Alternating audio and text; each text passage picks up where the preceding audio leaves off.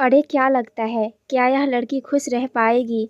इतना ठंडा और रूखा इंसान जो कभी किसी को पलटकर जवाब तक नहीं देता, वह इसे कैसे नज़रें उठाकर देखेगा? भले ही बीबी है, लेकिन आखिर क्रूर इंसान तो क्रूर ही होता है, उसे किसी की परवाह नहीं होती। वंशिका घूंघट की ओट में बैठी यह सारी बातें सुन रही थी। उसकी आंखों से लगातार आंसू बह रहे थे, पर वह बिल्कुल चुप थी। बचपन में ही पिता का देहांत हो जाने के बाद उसकी माँ ने दूसरी शादी कर ली थी। माँ बस अपनी जिम्मेदारी से मुक्त होना चाहती थी, इसलिए उसने ज़बरदस्ती वंशिका की शादी आरिफ खान से कर दी। इन सब के बीच बेचारी वंशिका की राय तो किसी ने पूछी ही नहीं थी। वंशिका का हमेशा से सपना था कि वह एक ऐसे इंसान से शादी करे जो उसका सम्मान करे और अपने पति होने का सारा फ़र्ज निभाए। लेकिन इतनी जल्दबाजी में हुई शादी और पति के रूखे व्यवहार के बारे में लोगों की बातें सुनकर वह अंदर से सहम सी गई थी। तभी नेहा, जो आरिफ की बहन थी और वंशिका की अच्छी दोस्त भी, उसने वंशिका का हाथ थामकर कहा, डरो मत भाभी, सब भाई को बाहर से देखते हैं और बोलते रहते हैं कि वह बहुत क्रूर है, लेकिन वह अंदर से बहुत ही सीधे दिल के इंसान है। भाई ने बचपन से बहुत तकलीफ़ें झेली है, इसलिए उसका स्वभाव ऐसा सख्त बन चुका है।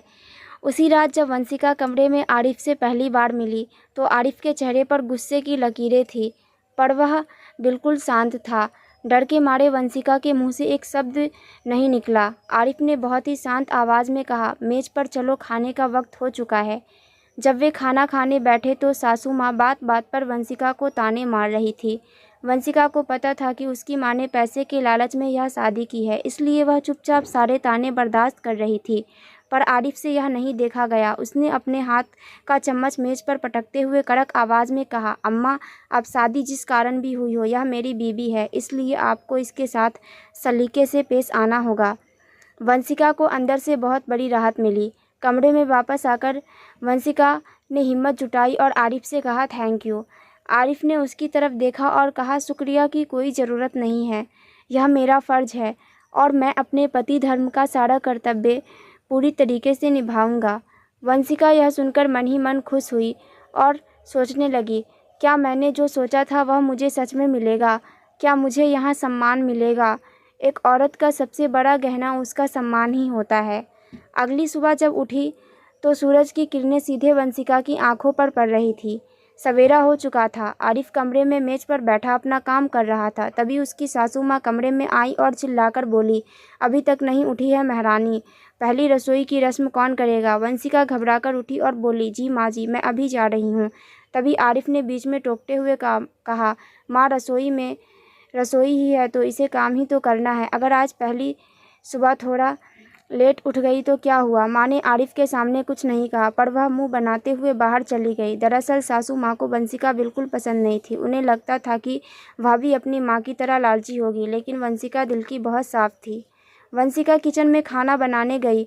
उसने सभी तैयारी कर ली और खाना पकाने ही वाली थी कि तभी उसकी जेठानी वहाँ आ गई। जेठानी उसे नीचा दिखाने का मौका ढूंढ रही थी। उसने ताना मारते हुए कहा, ऐसे किचन में तुमने कभी खाना बनाया भी है? मैंने तो सुना है तुम गांव में चूल्हे पर खाना बनाया करती थी।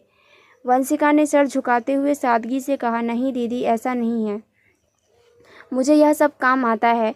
जेठानी ने कहा, हाँ, यह सब तो आना ही होगा, और कुछ नहीं तो कम से कम घर का काम काज तो ठीक से करो। यह कहकर उसने वंशिका को गैस पर भारी कढ़ाई उठाने को कहा। कढ़ाई बहुत ज़्यादा गर्म थी और वंशिका को इस बात का अंदाज़ा नहीं था। जैसे ही उसने कढ़ाई को छुआ, उसके हाथ बुरी तरीके से जल गई। दर्द के मारे झटके के कढ़ाई उसके हाथ से नीचे गिर गई। कढ़ाई का गर्म तेल छिटकर वंशिका के हाथों और पैरों पर गिर पड़ा। वंशिका की चीख निकल गई, पर वह कुछ नहीं बोली। वह नहीं चाहती थी कि शादी के पहले ही दिन घर में कोई कलेश हो। उसने चुपचाप अपने पल्लू से मुंह ढक लिया। जेठानी ने डरकर कहा, रहने दो, मैं ले जाती हूँ सब कुछ डाइनिंग टेबल पर। डाइनिंग टेबल पर सासू माँ ने जेठानी से पूछा, अरे वह क्यों नहीं आई खाना लेकर? रसोई उसकी है या तुम्हारी? जेठानी ने बात छुपाते हुए कहा, अरे माँ जी, वह बस हाथ मुंह धो रही है, आ जाएगी। सबने खाना खाया। खाने का स्वाद इतना लाजवाब था कि सबको बहुत पसंद आया। आरिफ को भी बहुत वंशिका के हाथों का खाना बहुत अच्छा लगा। जैसे वंशिका खुद सादगी से भरे थे, वैसे ही उसके खाने में भी एक पुराना सौंधा और सच्चा स्वाद था।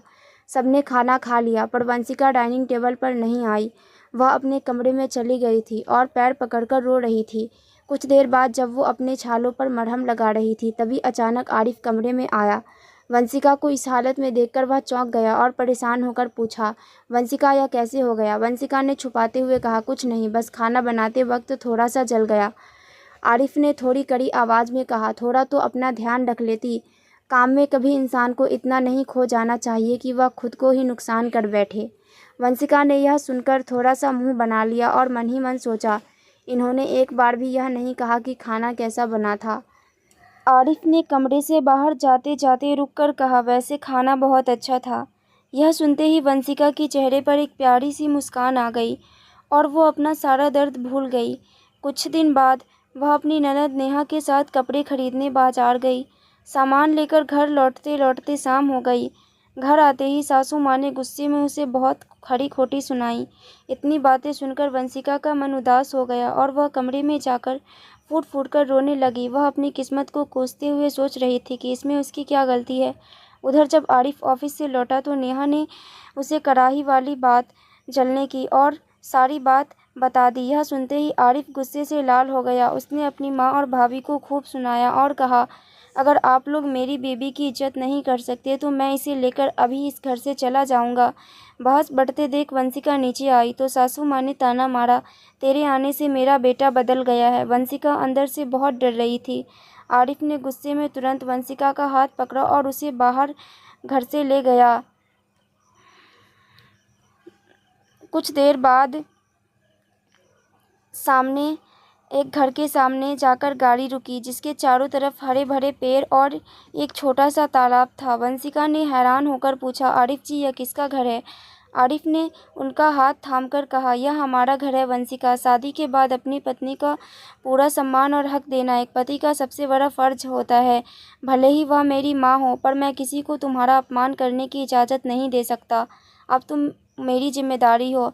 अपने लिए आरिफ का यह स्टैंड देखकर वंशिका की आंखों में सुकून के आंसू आ गए। तभी आरिफ ने उसके जले हुए हाथ को देखा और थोड़े प्यार भरे हक से कहा, तुमने मुझे कड़ाही वाली बात क्यों छुपाई? क्या मैं इस लायक भी नहीं हूँ कि तुम अपना दर्द मुझसे बांट ना सको? नेहा ने मुझे सब बताया। मुझे पता है तुम बहुत अच्छी हो, तुम्हें खुद को साबित करने की ज़रूरत नहीं। वक्त बदला और दोनों उस घर में खुशी खुशी रहने लगे जहाँ आरिफ हर कदम पर वंशिका का सम्मान देता। कुछ समय बाद उनके घर एक प्यारी सी बेटी का जन्म हुआ। वंशिका की अच्छाई देखकर सासू माँ और जेठानी को भी अपनी गलती का एहसास हुआ। वे अपनी पोती से मिलने आई और रोते हुए वंशिका से माफ़ी मांगी। साफ दिल की वंशिका ने मुस्कुराकर सबको माफ़ कर दिया और पूरा परिवार फिर से एक हो गया। एक शाम बगीचे में बैठकर वंशिका ने आरिफ को कहा, मैंने हमेशा एक ऐसा हमसफ़र चाहा था जो मुझे सिर्फ पत्नी न माने बल्कि पूरी तरह सम्मान दे। आज मुझे वह सब मिल गया। आरिफ ने मुस्कुराकर कहा, और मैं भी खुशनसीब हूँ जो तुम मुझे मिली। शुरुआत भले ही मुश्किल थी पर अंत में वंशिका को वह सम्मान और प्यार मिल ही गया जिसकी वह हकदार थी।